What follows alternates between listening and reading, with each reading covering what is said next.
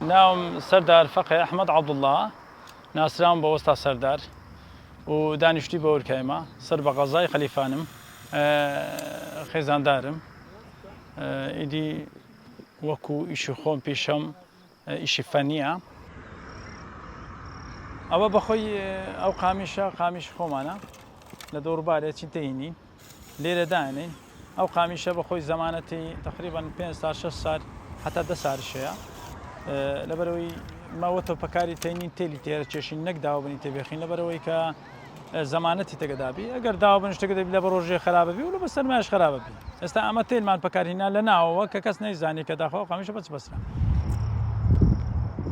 إيشك توام نبوينا لبروي حتى بيستروجي ديكا أيوة ما برنامج هبو برنامج أو بو بيتواو قبل بروي إيشو كارم هبو بيم نكرا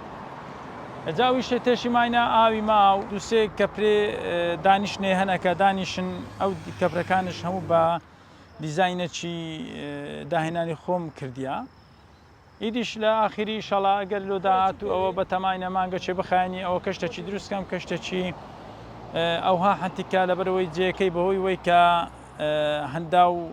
روبارة وهنداو أويا كبتوانم سنجي أو ميوان وقشتياري وراش شمو كلي رشتا شيء وده جوان دروس كم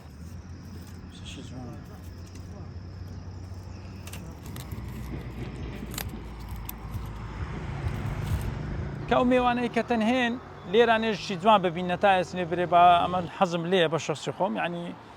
أو ريش كريك بي بجبين هتا ما قشني بارزاني هر تشتي عنتي كو شتي باش ما ديتو تشتي خوش ما ديتو لسزادوس كده أو بخوم لا أو يخوم همو داهنا أنا كبخو أي كم هتا بتوانم سري أو قشتياري أنا وأمي وأنا أنا رايب تشم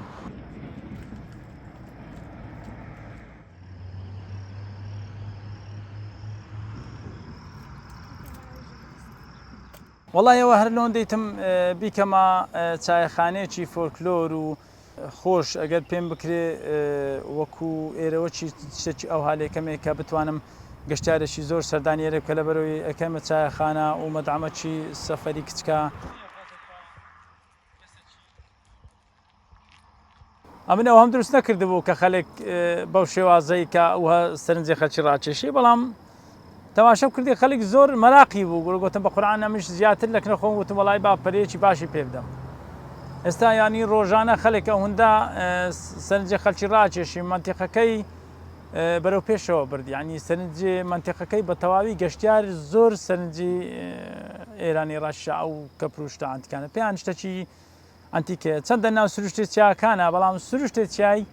تەگەوەی جیاوازی هەیە جیاوازی لە چێلەوەی ئەوانە ئەو قامیش شتە خەڵک ئێستا زۆر مەراقی فۆلکلۆر و ئەو شتانەیە